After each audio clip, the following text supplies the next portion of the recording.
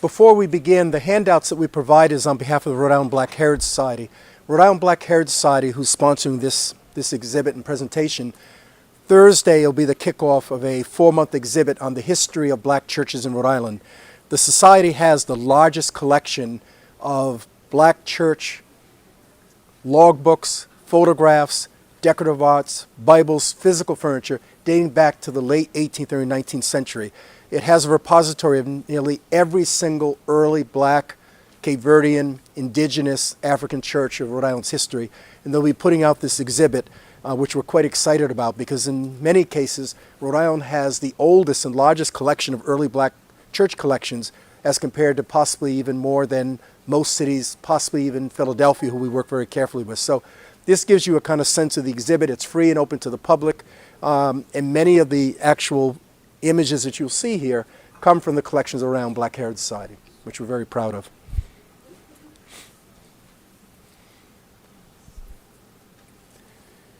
And a special insert in that comes from a transferred speech from Reverend Mahlon Van Horn, the first state black representative in 1885, and also one of the great civil rights leader of the nation, but you'll hear more from as a part of the exhibit. In fact, many of the earliest black clergy who were involved in political life well before Malcolm and certainly Martin emanated from early black churches in Philadelphia, Boston, Providence, Newport, Bridgeport, Connecticut, Bristol, Rhode Island, all had African churches in the early 19th century, and they were all actively engaged in advancing, promoting civil rights. So this booklet gives you kind of a teaser for what the exhibit would be, and again, it's free and open to the public.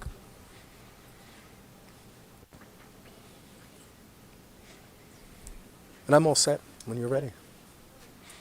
Welcome, everybody, to Mount Pleasant Community Library. We're so glad that you come, and when I say that, I say it from the heart. My name is Donna Whiting. I'm the systems coordinator here at Mount Pleasant, and there is a lady in the back holding up the camera who makes all this work. And I want to, Stephanie Shea, our tech video queen, is here today streaming this for the people who could not be here. So it's a team effort, and you are part of the team by just coming to show up. I really appreciate that. I think Keith, who is not a stranger to Mount Pleasant. No. How many times you've been here? About a half dozen or so, Yeah, right? Good. Good. Quite a few times, and always well received, always giving good information. So as I said, he is not just somebody here presenting a program, but he is a friend to the library, and always when we call on him, he's ready and willing. And as it says, before Malcolm and Martin, the fight for civil rights, 1865, 1968, sponsored by Rhode Island Black Heritage Society here at Mount Pleasant. So I don't really have to say more. We can get the program going, and thank you so much for coming out. One quick thing, if anybody is missing an insert, I don't know how it got, is that you, Aunt? Okay.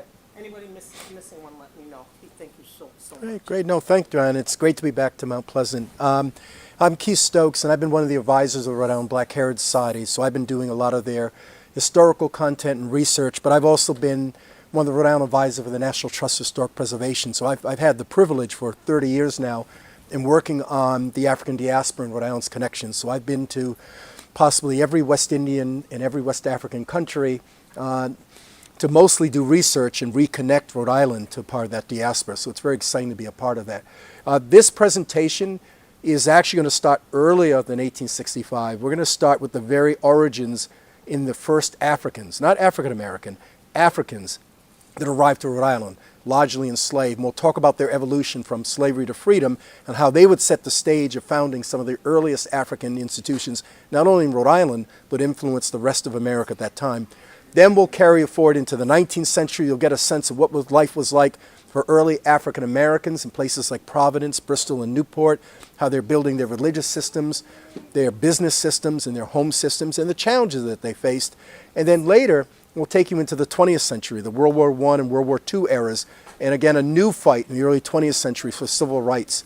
Now, this is going to be about 300 years in history in about 35, 40 minutes, so I apologize if it's a lot of information, but I will leave my cards. We have wonderful bibliographies, so if there's future reading of primary, secondary sources, we urge you to do that, particularly being in a library. So this particular program is exciting to me because we're going to actually talk about a history of civil rights right here in the smallest state that was taking place and we believed influenced leaders such as Malcolm X, Martin Luther King, in generations later. But most of their earliest activities were happening right here in this city, in this state. And again, it wouldn't be able to be recognized if we didn't recognize the Rhode Island Black Heritage Society. I always have to make this pitch. Rhode Island Black Heritage Society is one of the oldest existing Black Heritage Societies in the country. They were established by the late Dr. Rowena Stewart, my mentor, who established it in 1975. Today, it has over 10,000 artifacts in its collections, one of the largest collections from the 18th century to present day. And we wouldn't be able to do presentations like this without their archivists, their researchers, and their work in maintaining those collections. So kudos to the Black Heritage Society and the men and women who have been at that for 50 years, keeping our history alive. So let me begin with a very important opportunity to understand how Africans arrive. And this has been interesting for me because my own ancestors arrived from West Africa to Jamaica and then eventually Philadelphia and Newport, that triangular trade that we'll talk about in a few minutes. But what's most important to understand is that 2 years ago, I worked with the City of Providence in developing their reparations plan. And as a part of that work, we were able to identify all documented slave voyages directly connected to Rhode Island, meaning slave ships that left places like Providence, Bristol, Newport, Warren, and then traveled to West Africa, and from West Africa would take men, women, and children, largely African children, along what was called the Middle Passage, and eventually leaving them into sugar and coffee plantations of the West Indies, mostly Jamaica, Barbados, and Bahamas to a lesser degree. And then others were transported back eventually to places like Providence and Newport, and Boston, and New London, Connecticut, and elsewhere. But what's most important in this research is we now know from a documented perspective between 1705 and about 1807, give or take 100 years, there were at least 934 voyages that were documented. There's certainly many more. But based upon that number, Rhode Island is the most active slave trading port in British North America. This is before largely the American Revolution. And it is Newport that is at the center. In fact, my community of Newport represented about 75% of slave voyages. So when you talk about from a perspective of worldwide slave trading during that settlement era, Rhode Island plays a very small role. The United States plays a very small role. We believe, based upon calculations and looking at ship logs and records and such, we believe Rhode Island slave ships participated in transporting at least 500,000 African men and women and children from the African continent, because it's a continent, not a country, largely to the West Indies, and then eventually some back into British North America. That pales the nearly 5 million Africans that were stolen away and brought to Brazil alone, and the nearly 1.5 million that landed in Jamaica. But the reality is that if it's 1 or 1 million, anyone that was stolen and transported against their will is a tragedy. So the Rhode Island piece, we now have a better understanding of it. And what's even fascinating about that story, I don't want to go too much into it because you have to have me back and have a more detailed discussion. Rhode Island merchants were so exact and specific in where they landed in the African continent. We are British North America. We're not Spanish or French or Portuguese or Dutch. We're British. So for the most part, we're trading in other British settlements and colonies. That's why in the West Indies, it's British Bahamas, British Jamaica, British Barbados. It's not Cuba. It's not the Dominican Republic. It's not Haiti. Those are French and Spanish controlled. It's English. So in the case of West Africa, most of the round ships are landing in what they call the Gold Coast. Today we recognize that as northern Nigeria, the Yoruba-speaking people, and largely Ghana, the Ashanti-speaking people. And in fact, spending time in Ghana and working with the scholars there, I actually physically went to the 2 leading slave fortresses that still exist, Cape Coast Castle and Accra, the capital, and even more importantly, Fort William, about 30 kilometers to the north in Ananabo. My own ancestors were stolen away from Ananabo and taken to Jamaica, then eventually to Jamaica, to Philadelphia, to Newport. Most of the Africans, and again, not African Americans, not people of color, they're Africans. Most Africans that eventually arrived in Rhode Island arrive through the Gold Coast. And one of the reasons why we know that, it's not only the primary documents of the slave ships and vessels. Today in Newport, if you don't know, you should visit it. Newport has the oldest African burying ground in America existing. Now, there should be other African burying grounds in Boston, Philadelphia, New York, which would be much larger, but they were all wiped away from urban renewal, riots, other changes. In the case of Newport, the African burying ground was placed within the larger colonial white burying ground. So today we have over 300 existing markers of African men, women, and children that originated in Ananabo via Jamaica. In fact, the markers themselves have a number of indications of their African origins. In fact, one of the most important today survivability of African identity and culture, despite slavery, is what is called the Akan day naming custom. If you were a child born in the Akan family, then and even to this day, you were given a day name based on the day of the week that you were born, or a birth order name, or some unique name. My ancestor name was Otaba, which means stay put, which he didn't. That phonetically becomes October. And then later his name would change. And we have those original records tied to that. If you were a boy born on Friday, your name was Kofi, K-O-F-I. Think of the late, great Secretary General of the United Nations, Kofi Annan. We phonetically pronounce that as Cuffy or Cuff. There are thousands of Cuffies in early Rhode Island. If you are a girl that happens to be born on Tuesday, it's a Joba. So one of the most important aspects of understanding this history, as Africans would arrive in the worst circumstance, in many cases they either kept or later reclaimed their day name, their very sacred custom. And when you go to places like Newport, Rhode Island, Providence, Rhode Island, Bridgetown, Barbados, Kingston, Jamaica, and you go into burying grounds and records and such, these day names all come alive. So we're not talking about chattel property or slavery, we're talking about what we call creative survival, men, women, and children that survive versus the worst circumstances of being transported and surviving the triangular trade.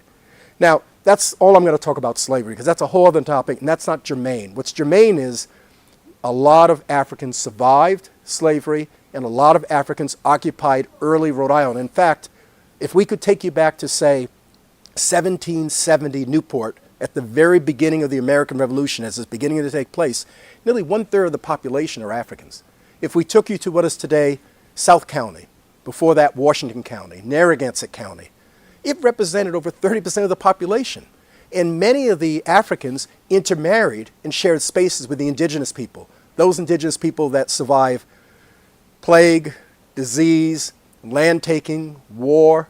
So many people today of African descent in New England share an indigenous descent. And you see that in the Wampanoag people in Massachusetts, the Narragansett people here in Rhode Island, and the Pequot Mohegan people in Connecticut. So this survivability is something that we're now looking at very carefully, but also understanding about who they were and how they survived, and more importantly, what I'll be getting into in great detail, how they begin to build their own institutions very early, well before this became the United States of America, and more importantly, it would accelerate here well before the rest of the country. And that kind of sets the stage of this next slide, which is called the first emancipation. Most people, when they think of emancipation, they immediately default to Lincoln freed the slaves, the end of the Civil War, the war to end slavery. They'll default to Juneteenth. But the reality is that the first great emancipation of Africans took place between 1777, the year after the Declaration of Independence, and the beginning of us establishing ourselves as now the United States of America.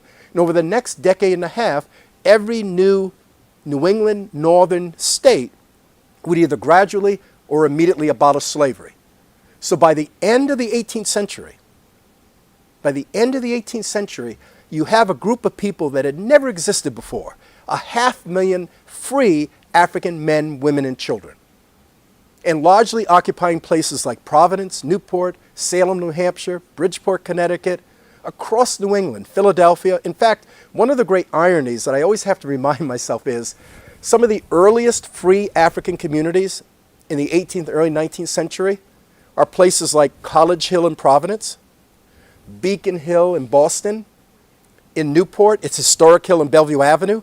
Many of the homes that still exist in these historic communities were once occupied by Africans and later African Americans for centuries. It's where they lived, they worked, and they worshiped. And there's no surprise that these early African churches were all established in those locations. Now today, those are some of the most expensive communities in America. And I always wrestle with the fact, and I don't want to get in trouble, but More of these buildings have become Airbnbs than places where people live, work, and worship. But the reality is that the early history of African people is directly tied to these early colonial communities, which today people would almost not even recognize of being a black community or a community of color and such. But it was there, and we have the records, and we understand the history. So it's this first emancipation that sets a whole new trajectory and an opportunity for Africans to begin to exercise their rights to be Africans in America. And one of the first acts that begins in Newport, Rhode Island, we know this because we have the original records. On November 10th, 1780, Abraham Casey, an African chocolate grinder, he's making chocolate on behalf of Aaron Lopez, who was one of the largest slave traders, but also one of the largest ship owners in early America. And he trains Abraham Casey and several other Africans to take cocoa beans, grind them into a whole new commodity of chocolate to be sold and transferred into the world markets. And this Abraham Casey and a dozen and a half other free African men come together, and they form for the first time in the American and really world history the Free African Union Society. We know this because the records of the society still exist in the collections of the Newport Historical Society and Rhode Island Black Heritage Society.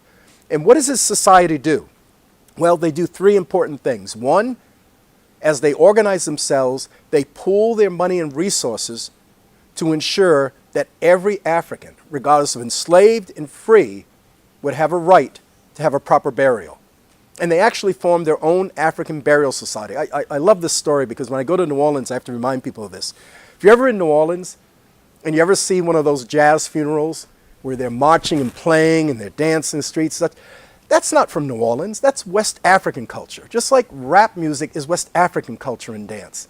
These were literally survivable, cultural, music, religious ceremonies that survived slavery and were brought to the Western Hemisphere and then became assimilated into places like New Orleans or Atlanta or Barbados or Curacao. They're all there. Well, in Newport in 1785, the Africans came together and chartered their own burial society with rules and regulations. In fact, we have these incredible minutes of diaries, particularly from the white community, that are interpreting this where they say 400 Negroes, is what we were called, are gathering in the center of town, they're singing and marching, and they're carrying a corpse out to be buried. And then they return, banging drums and singing, and then they have a festive party. And for the white community interpretation, they don't understand that. It should be solemn. Someone died. No. Under particularly a Khan custom, when you die, you celebrate that you're returning with your ancestors. You're recognizing the fact that you are now returning and joining with your ancestors. And you're probably getting the heck out of slavery and a miserable life away from your African home. So as we start to understand what these Africans are doing, they're organizing to maintain themselves as Africans in America. And they call their early institutions the African Society, the African School, the African Church. It's African. That's how they see themselves. Even though many are first generations, others are second and third, they still identify as a society. And what's important about this African Union Society in Newport, they begin to establish and reach out to other free Africans. There are literally letters of exchange between Africans in Newport and Providence, Philadelphia, New York, and Boston. They're all saying, you've got to organize. We've got to do this. We've got to come together. We're free now. What does that mean? And we have to be able to promote and advance the interest of us as free and for our children and our children's children. And as a history nerd, which is really cool for me for that is that you literally have in Philadelphia, the next great African society is established by a young man named Richard Allen, who becomes a reverend and the founder of the first African Methodist Episcopal Church in America, Mother Bethel.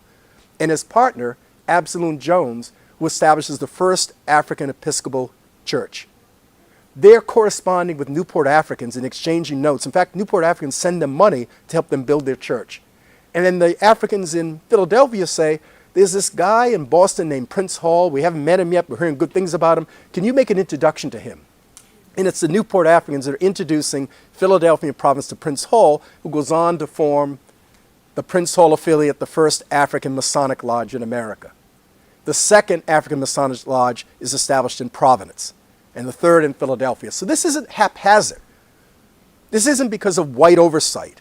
This is happening because Africans are exercising in the late 18th century their own rights to achieve and prosper in their adopted country.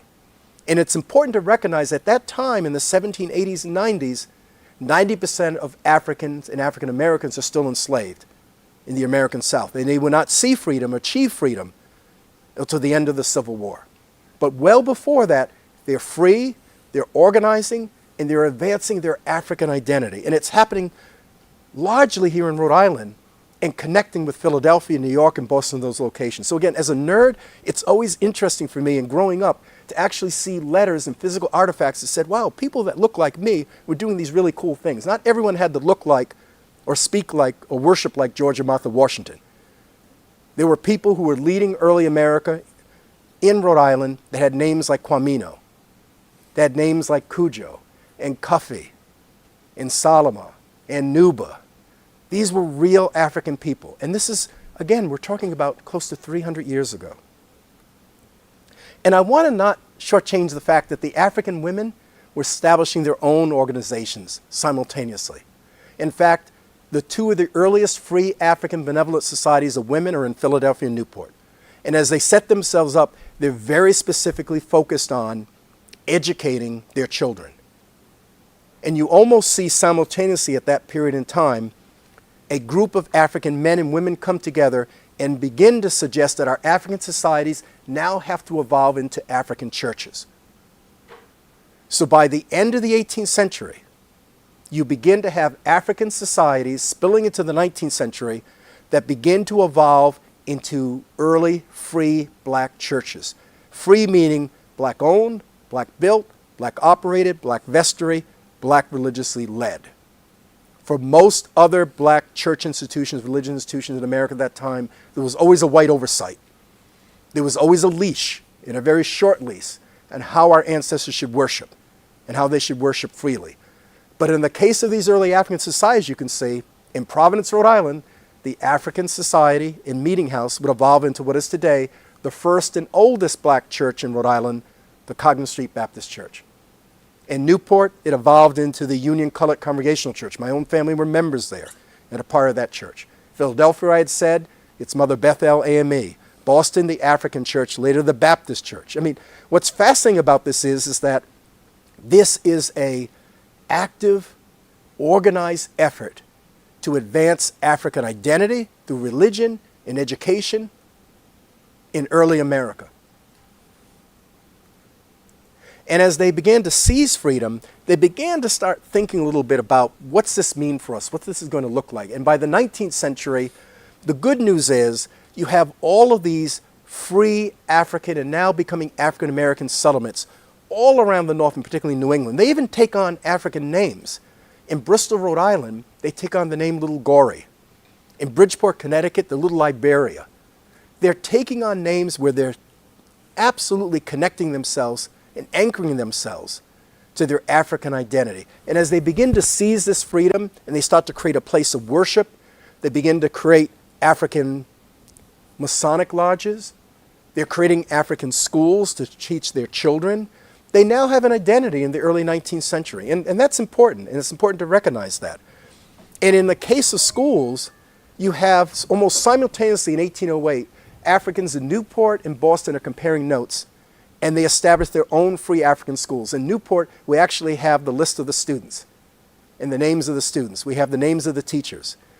And they're providing not only basic English, language, writing, arithmetic, they're also providing African cultural identity because the teachers are African themselves.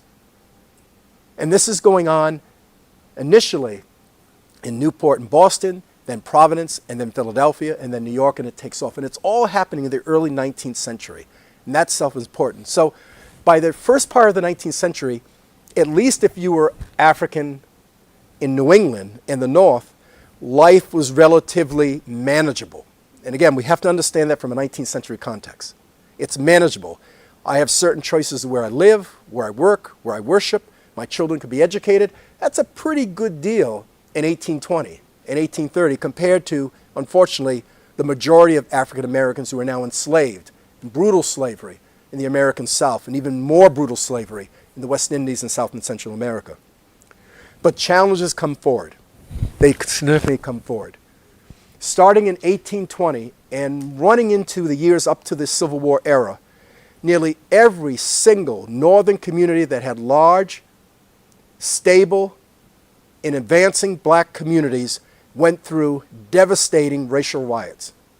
In Providence, it's in 1824 with what was called the Hardscrabble Riot, and then 1831 with the Snowtown Riot. Both riots were precipitated by articles in the newspaper by leading citizens saying, we need to take these properties, we need to remove these Negroes, as we're called, we need to be able to expand for our own benefits, and we need to come up with a process to seize those properties. And we will do that by instilling riots. This was going on in every single community across the North at the exact same time. Baltimore, Philadelphia, New York, Providence. The only large free African community where we found no evidence of riots or the level of disruption is Newport, and we can't explain why. But everywhere else, disruptions and challenges. And in fact, in the case of the both Hardscrabble riot, Hardscrabble would be today located somewhere between the south lawn of the State House, where the train station is, and then down to Canal Street before you get to the Roger Williams Park, that whole area there. Where the train station was a great moat. It was a great water area, and homes were around that. And the term Hardscrabble was a term coined of being a difficult place to live, poor people scraping by and such. And it wasn't only Africans and indigenous people living there, there were poor whites living there also. But that riot in 1824 took down dozens of homes, dislocated hundreds of families, and they kind of moved further out of the town and up the hill to an area that later would be called, by 1830, Snowtown or Only Lane. And that today is recognized as, old Providence people think about Lippet Hill. So it'll be bordered by Only Street, the South Main Street, the Camp Street, and then running to Doyle Avenue. Today, University Heights Shopping Center. That was the Snowtown area. And the term Snowtown was a derivative statement of lots of people of color, so we'll call it Snowtown. And that riot further destroyed and dislocated people. But I want to be clear to the fact that as this was going on, there was also public policies going on to restrict access. As public education became in vogue and underwritten and funded by taxpayer money, in places like Rhode Island, Connecticut, and Massachusetts, African American children were restricted. So it's important to recognize, we think of Jim Crow policies of the South, but there were Jim Crow traditions very well alive before, during, and well after the Civil War in New England and here in Rhode Island. And one of the first aspects of that was restricting African heritage students and indigenous from having access to public education. Regardless of the fact that they were taxpayers and tax contributors, they still weren't able to have their children have equal access to schools. It would be a group of African heritage men in Providence and Newport, led by George Downing of Newport, Ichabod Northup of Providence, who would lead the effort. And finally, after the Civil War, as you can see here, by 1868, schools were finally incorporated. But again, it's an issue that most people sometimes today take for granted. They don't quite connect with racial discrimination, exclusion happening in the North, where I have to tend to remind people that this was a very deep North in the 19th and 20th century, and even to some cases to this very day. And people to this very day are still fighting for basic rights of access to health care, education, where to live, where to worship, possibly more so than ever over the last few weeks. And also during the 19th century, there's a big push to fight for equal rights, and particularly now the Civil War is over, and you begin to see leadership in places like Providence and Newport and Boston advocating for the full enfranchisement of now newly emancipated African American women and families from the South. And they're taking on programs you can see here. They're all church related. It's the churches that are at the very center of advocacy. One of the great things about a black church is it's one of the few places at that time you can do whatever you want. You can worship God or not. You can have a political rally. You can have an education program. You could have a daycare. You could, whatever it wanted to do, you could do this and not have to look over your shoulder, not have to worry about a sheriff stepping in, or rowdies stepping in. The black church was your safe space. And what you see in the 19th century, and it accelerates after the Civil War, is that black people are organizing. We've gone from enslaved to African Americans. We're black. Now we see ourselves as having a black identity. And we're going to use this safe space to begin to further articulate and advance and defend our rights as full citizens. So there's no surprise that some of the earliest civil rights leaders are religious leaders. They're already seen as leaders in the community. They're largely the most educated, the most engaged. They have energy. They're natural leaders. So you're beginning to see this clergy taking on the role of advocating. Once the pulpit's over, once they close the prayer book and the service is over, now they're advancing civil rights. And people are listening and respecting that. And it's several men in the 19th century that play a significant role in doing this.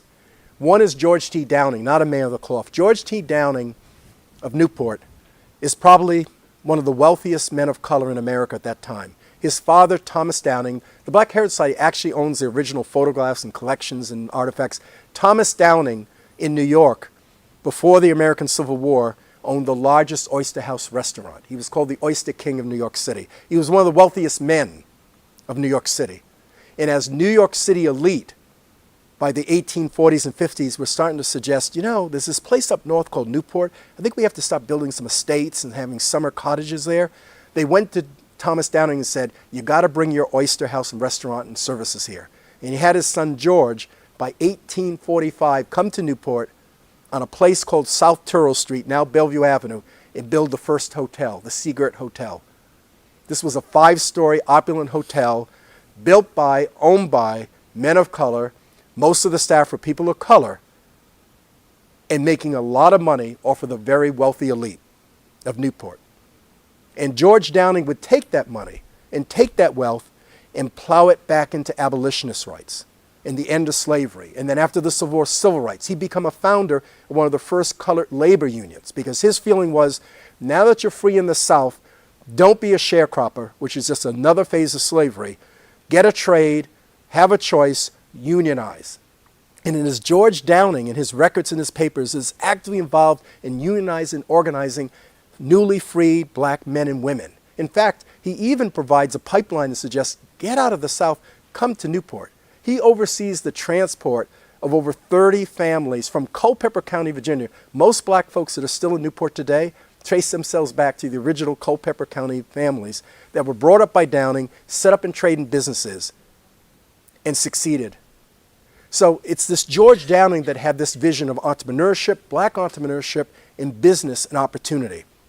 But it's Reverend Mahlon Van Horn that takes a different path. I'm biased because this is my ancestor. Reverend Mahlon Van Horn is one of the first graduates of Lincoln University, which is today one of the oldest and earliest historically black colleges.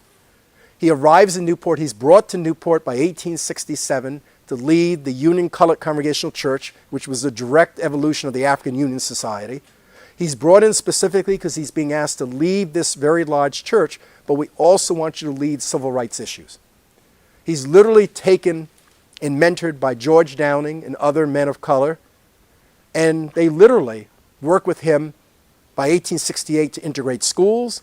Then they work with him with a very focus on becoming a state legislature. And in 1885, Reverend Mahlon Van Horn becomes the first black state representative representing Newport. That same year, he helps pass the first civil rights legislation in Rhode Island, ensuring that all Rhode Island citizens, regardless of race, color, or previous condition of servitude, have a right for full enfranchisement. So Van Horn becomes this very young man, but he's an activist. He's very closely associated with Frederick Douglass. He's bringing Douglass into Providence and Newport. They're barnstorming together. They're out there talking about slavery's over, but now it's time for civil rights and full enfranchisement. And I'm proud because we own a lot of his letters. Much of it we've donated to the State Archives, Rhode Island Black Heritage Society. But it's these letters and books that he has where he's interacting with other black intellectuals of that time and talking about freedom, civil rights, the importance of the 13th, 14th, and 15th Amendment. How do we actualize that? What's fascinating to me, again, as a nerd, is these are black men and women in the 19th century talking very much on the very same things that we're struggling with today. They're the Black Lives Matter movement before there was a Black Lives Matter movement. It's the same issues. Now, I have to add this part. Do we have any Irish descents here? Anyone of Irish descent? I'm very proud of that. This is one of my fun stories being in Newport, because we have a large, proud Irish community. And by the 1830s, Irish and Germans were now arriving to America, looking for opportunities. Irish were fleeing British persecution. They were fleeing a potato famine that was just killing droves and droves of people.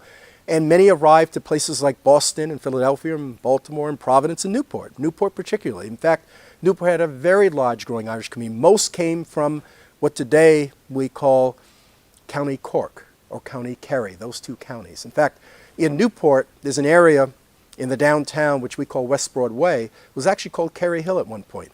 And as the Irish arrived, they're living in a location adjacent to and within a largely African heritage community. They're living side by side, they're working side by side on the waterfront.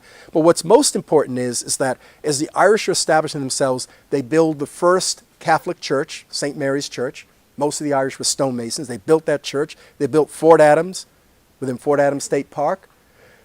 They believe now, as second generation and having young children, grandchildren who are third generation, we just simply want to have a right to be full citizens also. And Rhode Island Constitution still restricts us because we're foreign-born immigrants.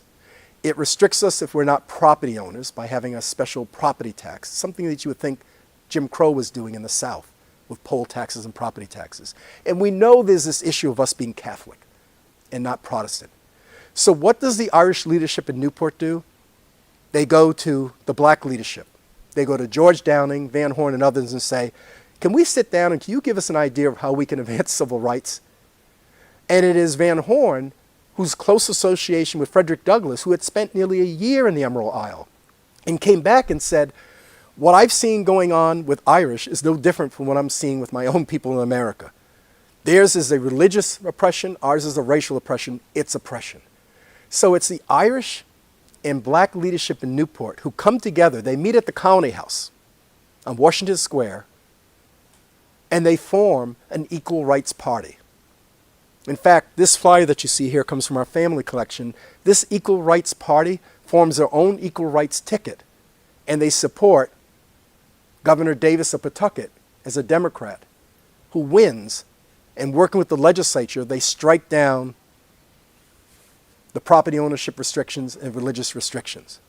And what's important about this story is, this is a story about interdependence. Irish were not coming to black folks outside of just needing their wisdom, their guidance, and their support. They didn't believe that black folks who were largely Christian Protestant were to convert to Catholicism or support Catholicism. They weren't worried that if we associate with black folks, they're going to want to marry our daughters, they're going to take our jobs, they're going to compete for land. They simply said, we both have a need in the community that we occupy to have full access and full rights as citizens. And we will work together and use the power of our organization and our numbers to change law and change law for the better. This is one of the earliest times where we're fighting against anti-immigration policies and practices. And it's by leaders of the Irish and black community of little old Newport and little old Rhode Island. And again, those records and those stories and those existing facilities and buildings all still stand. So I like that story. I want to kind of end with the 20th century, and then I'm going to end with the women of the early 20th century because they're really neat. See, men sometimes, when you look at men in history and how we interpret history, it's a lot of embellishment. I was the great warrior, I was the great athlete, I was the great something. Whereas women, if you read women's diaries and writings, they're so much more practical. They'll talk about raising a family, maintaining home. They'll talk about day-to-day operations which are a little bit more accurate and gives you a really better understanding of life at that time. So you always have to wonder sometimes, men, we like the embellishment, but women, if you really want to understand history and recognize and appreciate history, you really got to follow what they're saying, what they're doing, what they've left behind. And in the early 20th century, it's anchored by two world wars, World War I and World War II. And what you begin to see is these African societies that evolved into black churches are now, since we're 50 years out or so from the Civil War, we're now fighting in the early 20th century for basic civil rights, and it's focused on access to fair employment and fair housing. And what you begin to see is the next generation of new organizations. In Rhode Island, you have, as you can see here, a Rhode Island Association of Colored Women's Clubs. It's a part of a National Association of Colored Women's Clubs. They're very focused on anti-lynching laws and Jim Crow policy of the South. They're very focused on, and in Newport, they established one of the earliest child care centers. You have African American women in Newport saying, this is 1905. You know, we're going to work, we'll continue to work, we have to make sure that our children are safe. Let's set up our own daycare center. And the building was off of what is today Memorial Boulevard. That would have been Bath Road on Egner Court. And we have a wonderful photograph of that time of that child care center. Think of that. In 1905, they're already thinking, they're playing chess and they're 10 moves ahead. And they're already thinking, if we're going to have economic stability and employment, we have to ensure our families and children are safe. And we will create our own child care facilities to ensure that. Again, they're not worried about racism, discrimination. They're only worried about what we can do for ourselves. And that's a very, very important concept that they carried forward with them. They're also establishing NAACPs. The province NAACP is established in 1913. 1919, there's a Newport branch in the NAACP. And then you start seeing it spring up all over. But what's more important is it's the leaders, the early men and women. Rhode Island Black Heritage Society has an incredible treasure trove of personal records, diaries, letters of these early men and women who unfortunately are largely unknown in Rhode Island history, but were leaders and giants in accelerating everything we take for granted today as civil rights and equal rights. And they would form these organizations and political clubs. And this comes from my family collection, and it's hard to read, but I'll get you a copy. What's fun and interesting about that is that they formed this club to ensure that every person in Newport and then later province, men and women of color, would have equal access to their rights. And if anyone was aggrieved, they could come to this club and they would parlay their resources to support their case or their effort before a court, a town, or a private matter. I mean, they're organizing around this, and this in itself is so incredibly important. They're also having public hearings and meetings on the topical issues of the day. This is one of my favorite. This comes from my grandfather, and this is, as you can see, in 1902. It's the Summer Political Club, and it's a group of black men in Newport. And look what they're talking about. Are the mental capacity of the sexes equal? Because they're talking about women's suffragette issues at that time. Now, my grandfather's there, George Barclay. My great-uncle, Milan Van Horn's there. And I've posted this a few times on Facebook over the years, and women get very upset saying, how dare they, all men making this decision? And I have to explain, no, the purpose of the meeting, the context of the meeting was they knew there was inequality. They're having an open discussion about that. They're bringing it out into the public. Now, my late mother used to tell me when I was a little boy, when I used to see that, saying, your grandmother went to college, your great-aunt went to college, your grandfather and great-uncle had the answer to that question, or they weren't coming home that night. But the reality of it is that this is 1902, and people of color are coming together to further advance their own rights, and now moving into the topical issue of women's rights. And it's important to recognize this because the larger women's rights movement at that time shut out black women. Black women who were equally educated, equal culture, equal economic opportunities were shut out from the larger white women's suffragette movement at that time. So they had to come together and organize among themselves and have events like this and promote and advance it on their own. And again, we have a trove of these articles and letters and written speeches all talking about, that we are colored. We recognize, see how we've evolved from African to Negro to black, these terms. The term that I rather like to use, and I use to this day, is African heritage, because it recognizes the fact that we're all part of the diaspora. I mean, the only difference from someone in the Dominican Republic who has an African heritage and me is an extra boat trip from Africa. But we all are a part of that diaspora. One was colonized by the Spanish, us by the English.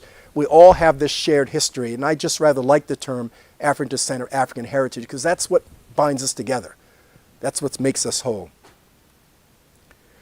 But I want to end by talking about the women, and a lot of it is tied to what we call the war at home and overseas, because as we had these world wars, we still saw rampant discrimination of employment and of housing and basic access. And it's now women that are coming forward and leading this effort. This woman here, who's one of my favorite, Mary E. Jackson, born in Providence, Pond Street, grows up in Providence. She becomes one of the early founders of the NAACP, John Hope Settlement House, highly educated, and she becomes a worker for what is the forerunner of the Department of Labor and Training. And she is actually a statistician. And she's collecting statistics and demographics and information on the life of women generally, but particularly women of color.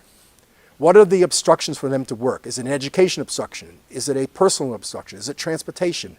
You know, she begins to collect this data and weaponizes it to justify the fact that all women, particularly women of color, have the right for full employment. And during the World War I era, when many men were away fighting or serving, women are now filling the roles as they would in World War II in manufacturing. Many of the manufacturing leading companies would exclude women of color. And it would be the NAACP and Mary Dickinson with their data that would fight that and challenge that. And again, we're not talking about Alabama in 1917. We're talking about Providence in 1917, and Newport, and Boston, and Philadelphia. But it's women such as Mary Dickinson that's leading that effort, and she's using it through her intellect, their access to data and demographics and facts. And between those years, you begin to see the next group of women, Roberta Dunbar, Bertha Higgins, and I'll talk about that in a few minutes. They're all tied to their black church. Every single one of them is tied to their black church. They're leaders of their church, but every single one of them are now forming colored women's clubs. They've gone from the African clubs to now the colored women's clubs, and they're promoting access to political rights. Once they finally received the right to vote, which they had earned and worked for, they're now being very calculated. In fact, it's African American women in the 1920s that are suggesting, why are we Republicans anymore? We've been Republicans since Abraham Lincoln, but the party has changed, and has the party assisted us? And by the 1930s, with Theodore Francis Green, a Democratic governor who's more aligned and more supportive to the needs of the black community of Rhode Island, it's President Roosevelt who's more aligned, you see the formation of colored Democratic clubs. And you begin to see African American women leading the charge saying, I don't care if you're Republican or Democrat, give us a platform that means something to my people and to my children and families, and I'll support you. So they're leveraging their informed, educated right to decide who they vote for and what they'll vote for. I wish we could have done that 6 months ago. And as these women were actively involved, they were holding national club meetings right here in Providence and in Newport. You had some of the leading Ida Wells. They're all coming to Providence, and they're part of these church-related organizations and meetings. We found this fascinating reference a couple years ago where possibly at that time the wealthiest black woman in America. Anyone know who her name is? She's a hairdresser, hair care. Anyone know what that name is? Come on, think about that. No, after Christian, much more wealthier. Christiana is wonderful. What's that? You got it. Madam C.J. Walker, by the beginning of the 20th century, is the wealthiest black woman in America with the hair care products. She comes to Newport in 1905 and delivers a lecture from standing room only in the AME church on how Negro women can become entrepreneurs. I mean, how cool is that? These are women addressing other women in advancing opportunity and entrepreneurism. Again, I wish we had that idea today. Mary Dickinson, she arrives in Newport. She's a dressmaker. In fact, the fastest paths of economic freedom from slavery to freedom in the 18th and 19th, early 20th century, you see men in hairdressing, you see men in catering businesses, you see women in dressmaking. And Mary Dickinson arrives in Newport in about 1870, give or take. And she sets up a shop on Bellevue Avenue, today the Travelers Block, where the Tennis Hall of Fame is. The Travelers Block was the commercial block. And there were 9 black businesses in there in the 1880s. Mary Dickinson on the corner set up a dressmaking shop specifically to provide dressmaking and seamstress and support for the elite women who are coming to Newport for their grand parties. She's literally at the gateway of Bellevue Avenue. She becomes extremely wealthy through this. She's hiring and apprentices other African American women to be in this trade. And she uses her money and she buys over 10 real estate properties in Newport so that if any person of color is arriving in Newport and they're discriminated against where they live, I have a place for you to live. My grandparents, when they were kids, just getting married, lived with Mary Dickinson. It's a self-help. It's an opportunity to ensure that everyone rises up together. This is what the African Union Society said in 1780. We're going to come together and ensure that everyone rises up. And in the case of Mary Dickinson is, she became a founder of the National Colored Women's Clubs. She's a founder and organizer of the Rhode Island Women's Clubs. And in Newport, she establishes the Newport Women's League, which still exists to this day. This photograph that you see in the bottom, that's her in the top and there. That photograph is a very famous photograph that's now a part of the National Archives.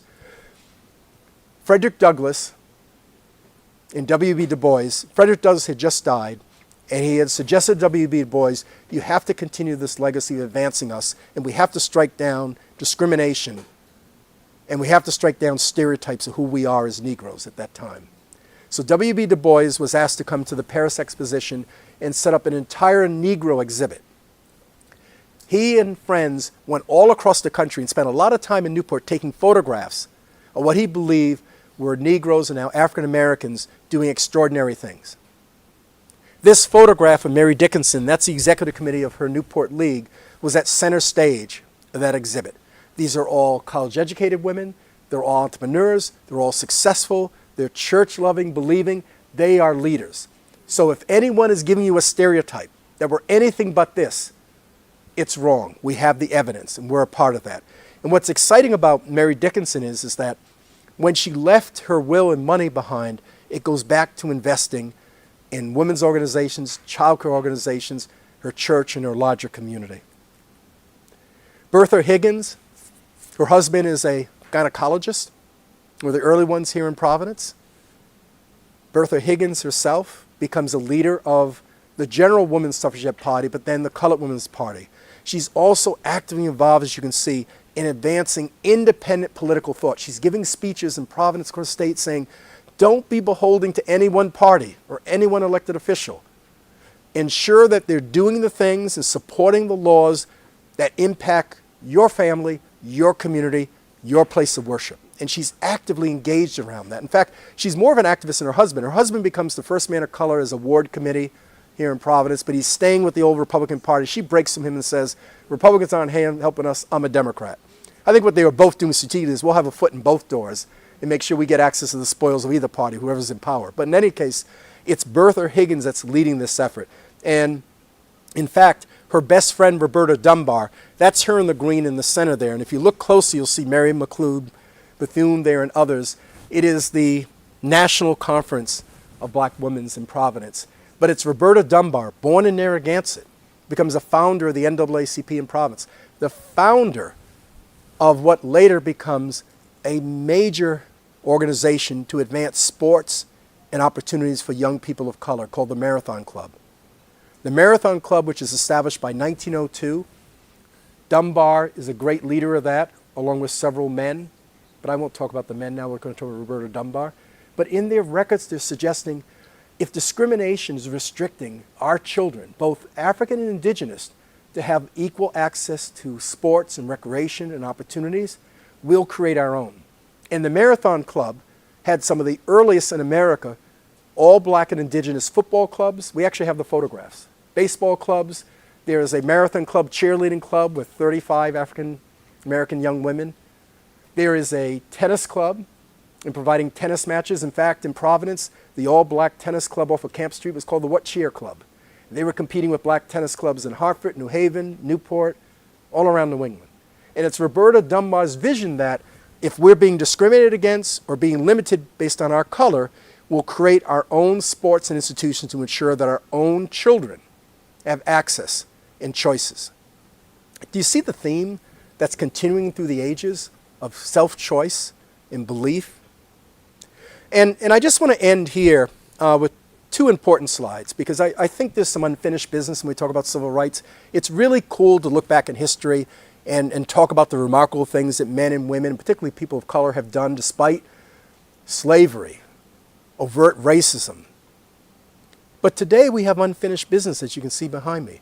There are a number of civil rights issues that are still unfinished that are impacting all people, but particularly people of color. As the Rhode Island community, led by the Van Horns and Downings, worked with the Irish immigrants in the 19th century, we now have a whole new set of immigrants that need our help and need our support to be fully franchised and fully contributing citizens. Health equity and equity of school public education are probably the most critical civil rights issues of the 21st century. You can't allow access to a quality education be tied to a zip code. Every child, regardless of where they live, should have a right to have an equal quality education. And it's an absolute issue that we have to focus on to this day. And religious tolerance, which has been turned upside down. I chair the Education Committee, and I'm vice president at Terrell Synagogue Foundation. We're the oldest synagogue in America. And we struggle every day with people who are now reinterpreting religious freedom and civil liberties as if it was only for a very small minority of leaders or privileged people. When in fact what Roger Williams did and Hutchinson did and what we built upon was that religious freedom and toleration was for all people, and particularly minority people who came to these shores, and even those who had no religion. In fact, the fastest growing religious groups who were discriminated against in the 17th century came to Rhode Island. The first and largest Quaker community is not Philadelphia, it's Newport. The earliest Jews arrived initially in New York, but they largely populated and grew in Newport. The Baptist faith as we know it today, a little bit different, was organized by Roger Williams in Providence. And some of the earliest Baptist meeting houses still stand in Providence and in Newport and in Portsmouth. So it's important for us to recognize that when we think of religious freedom now, it is nowhere near the vision which incorporated an opportunity for all people, regardless of their religion or no religion, to have equal access and enjoy equal opportunity, and not have a king or a queen or a president determine how you should worship. And most importantly, that was all established here and established here in Rhode Island. So let me stop here with Van Horn, because he's my ancestor and I always like these quotes, but this is something in 1887. He provided a sermon, and then later, and you have it actually in your package, he later used it as a call for action on how the Negro, as we were called, what our past and present future should be in Rhode Island. And if you read it very carefully, it reads very closely to the same visions and goals that we saw in the Black Lives Matter movement 5 years ago. It hasn't changed. But what's most important to recognize is we're now using history today, not simply to remember the past, we're weaponizing it so that young people today can recognize the fact that people that look like them, worship like them, also lived and prospered in early Rhode Island and early America. And with that power, they will be the future. They will be able to excel regardless of the discrimination and the challenges that they face today in 2025. So let me stop there. I apologize, 50 minutes, a lot of history in such a short period of time, but I'll try to answer any questions you might have. And again, thank you for being very patient. Thank you.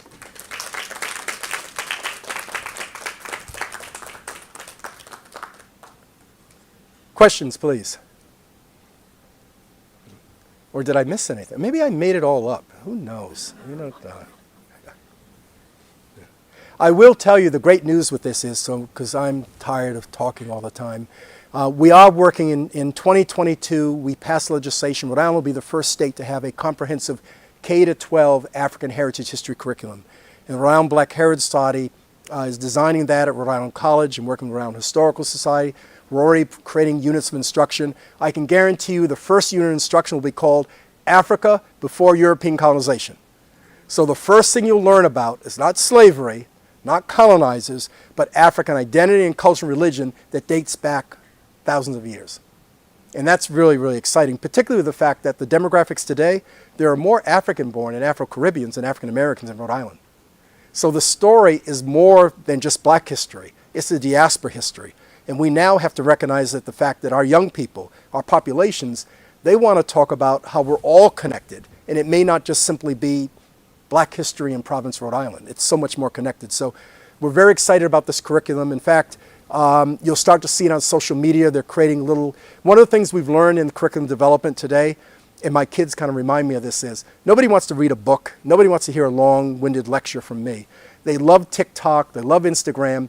So we're actually creating these 30-second, 45-second kind of like YouTube-type Instagram videos that'll begin to introduce you to all the different aspects of this history. Some men, some women, some stories, some events. And it'll be kicking off later this week. It'll be running all through the year, and you'll start to pick it up on Facebook and paste it on Instagram and Twitter. So we're very excited about that. And the final piece that I have to relay, and Rhode Island Black Heritage Society is doing something which I think is extraordinary.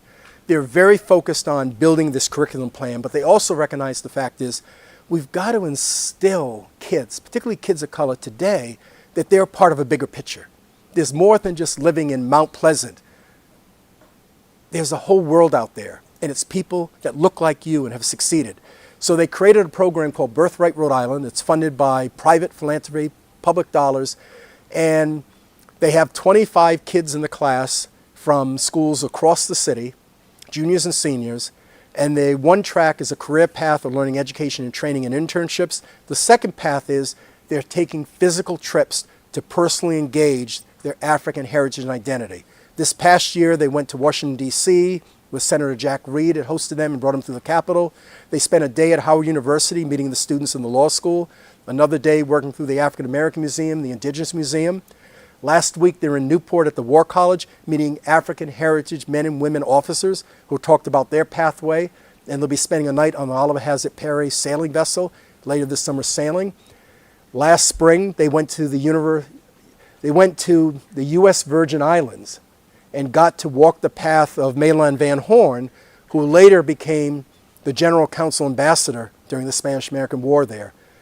Next year, they're going to Barbados to retrace the steps of Africans that survived the Middle Passage, and then the final year to Ghana, which we're very excited about. So they'll actually physically get to go back, but they're going to go and they're going to be educated, they're going to be learned.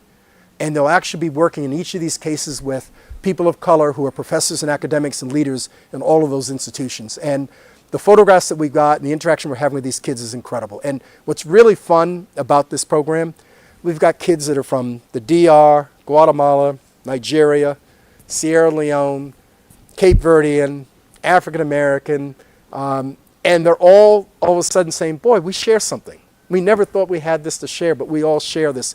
And to see these young kids coming together and doing this, I can't tell you how important this is, because they will be our next governor, business leader, corporate leader. They're our future, and we're investing in them now through a program that blends history and identity. So we're just simply following in the footsteps of the African Union Society. We're just following their lead.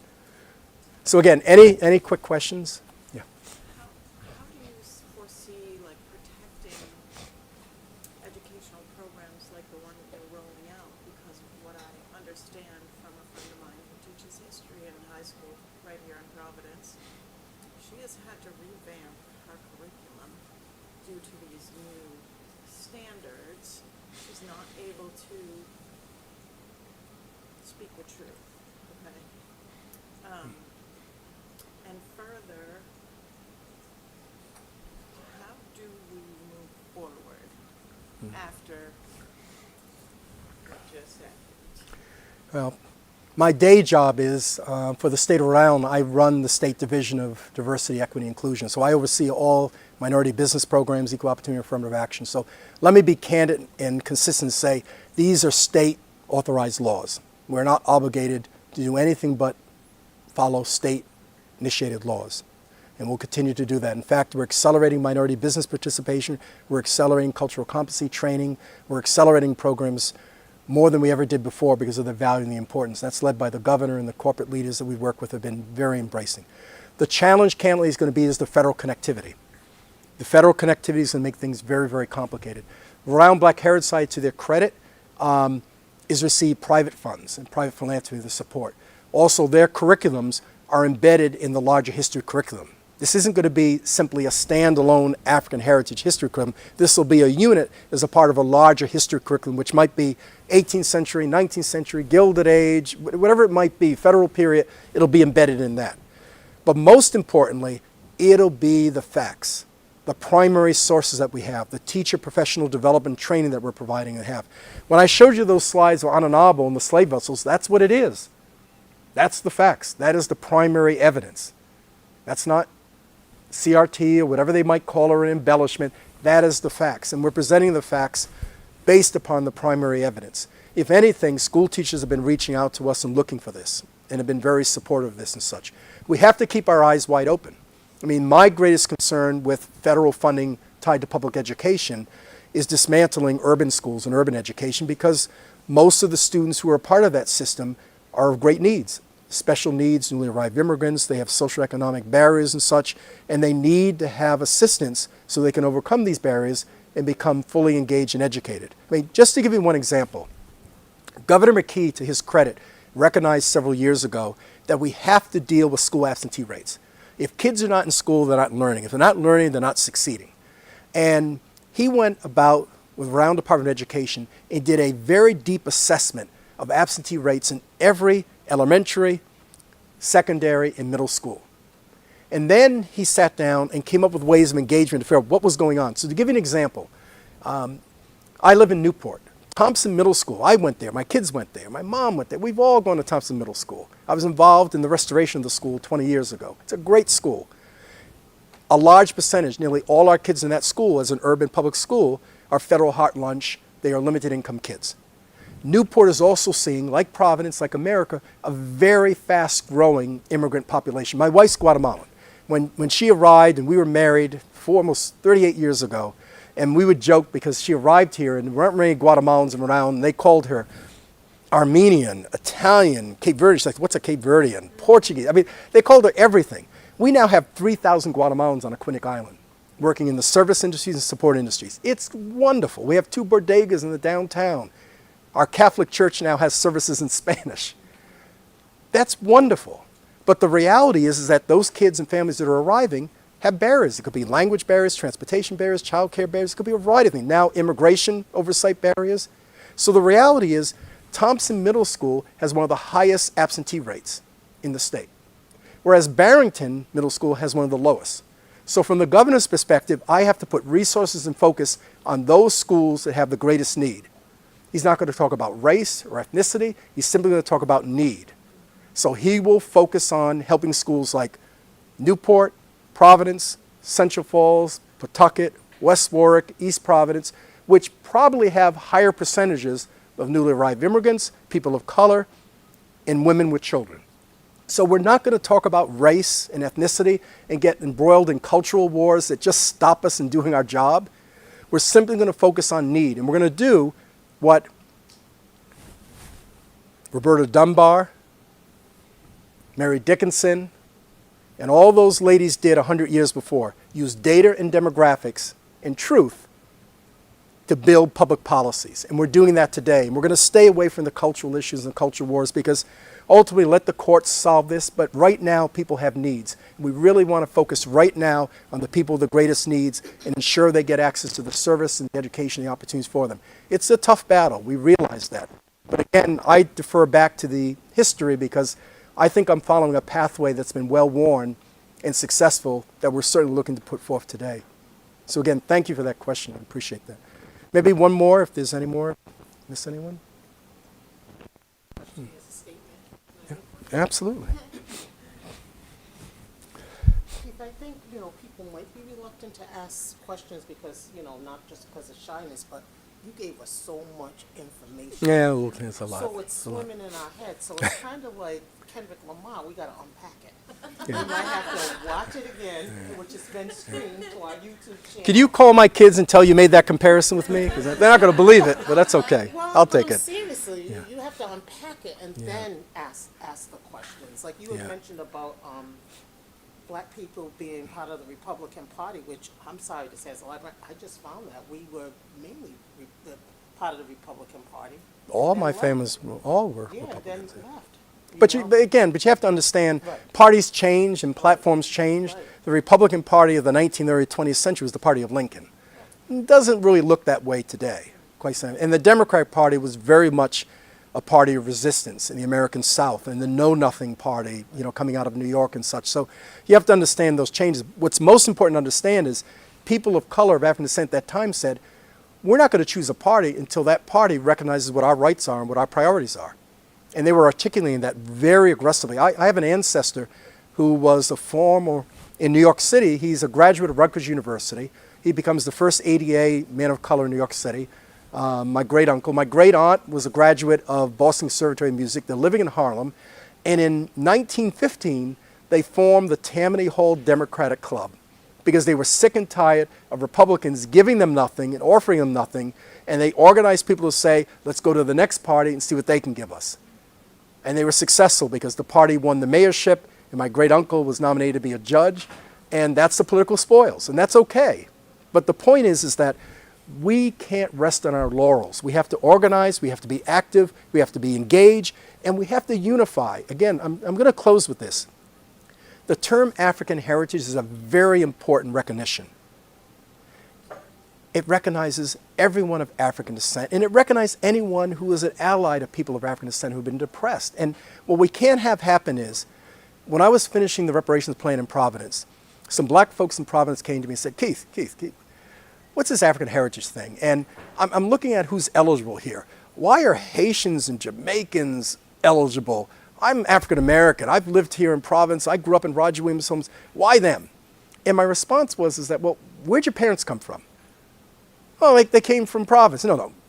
Their parents, where'd they come from? Oh, the South. Okay, before that, I said, the point is that today in 2022, the people who are struggling with discrimination and poverty are people of African descent. And I can guarantee you, if you're Dominican and have African features, you're going to get, before you say anything, and people know you have an accent, they're going to discriminate against you by what they see. And from my perspective, we have a large and proud Dominican population. We have a large and proud Cape Verdean population. We have a large and proud Haitian population, Jamaican population. If we could all unify, that's a pretty powerful voting bloc. But if we're going to fight each other and discuss things because we have different accents and ethnicities and nationalities, we lose. If we come together and unify, we win. And that's why the African heritage, I think, is a very important recognition as such. Again, I don't know if this is a question, a statement, but I'm trying to process everything that you shared, Keith, and I think this is the second or third time that I'm seeing you speak here at Mount Pleasant Oh, good. Library, and every time you speak, I learn something new. And what you shared about the Irish immigrants coming together or reaching out to Yeah. the African leaders in Rhode Island Yeah. to help them access civil rights. Yeah. I feel like as an adult, I didn't learn anything about that growing up. And it reminds me of when I was in college, seeing this image of Ted Kennedy and Hillary Clinton at this rally in Boston of Legalize the Irish. And it was from like 2006. Yeah. And this was in a sociology class that focused on immigration. Yeah. And our teacher, our professor, made it a point to say, this is on one of the biggest platforms you could have. Yeah. You're talking about legalizing the Irish, and you're not seeing the same support for other undocumented communities. And so it's just interesting to me to see over the years in recent history or in history from 200, 300 years ago of moments when people with similar struggles come together and like really try to make changes for their communities and society, and then somehow down the line there are instances where there's a division again, and people choose their whiteness or their proximity to whiteness over other things that could better their community. And so I don't know, I guess my question is, how can we make this information reach more people, whether It's going to be built into the curriculum. There is a number of different institutions that are now launching this, and we're getting calls more than ever because of the confusion over the last month and such. But the reality is that, and it's always interesting to me in understanding history and as trained as an historian, is some things never change. If I brought you to Newport and we talk about the growing Guatemalan community and some El Salvadorians and such, Central American community, a lot of them are living in the same homes and buildings that if it was 100 years ago, they were Greek and Italian and Portuguese. And many of them are working the same jobs in service industries and restaurants and fishing that Greek, Portuguese, and Italians worked in. And I have to spend a lot of time reminding people today that unless you were indigenous, legitimately indigenous, we all came here as immigrants, we all had a rough start, nobody was legal. There's no legal process that people keep talking about. That's not the case. And that it was at some point they came together, they organized and built a better life for themselves. And I think that's what we're trying to articulate today. If you learn anything from this, what they were doing is organizing through their church, through their businesses, through their civic organizations, and then going out and using that strength of vote and power to fight for access to public education, public health care, where I live, where I work. When you read the Van Horn piece, he even talks about the number of black folks that own property in Newport. He's pointing out the fact that this is 1887, and there's lots of us that own properties in Newport. I still own family property from that time. Thank goodness. It'd be, that's equity. The fastest path to economic security is owning a home. And if you don't know, you should know, Providence, Rhode Island has one of the lowest black home ownership rates in the nation. Not Newark, New Jersey, not Boston, not Chicago, not Indianapolis, they're the ones, Providence, Rhode Island. And that has a legacy of race riots in the 18th and 19th century, urban renewal. We could have a whole discussion about what urban renewal did. In fact, very quickly, this is a recent history. We talked about Snowtown, Olneyville, and University Heights shopping, all shop there. That was called Lippert Hill. Between 1959 and 1962, 300 residential structures were taken down, and 600 people of color were displaced permanently from that area. We have GIS maps of that time. It shows before urban renewal, and it's a densely populated, a lot of three families, a lot of multifamily units. There were 120 black-owned businesses. We have the records of the Historical Society. And then 2 years later, erased off the face of the earth. And at that time, there is no fair housing law. So if you were of color and you were taken out of Lippert Hill, the only place you could go and live and rent, the only place in Providence, was South Providence.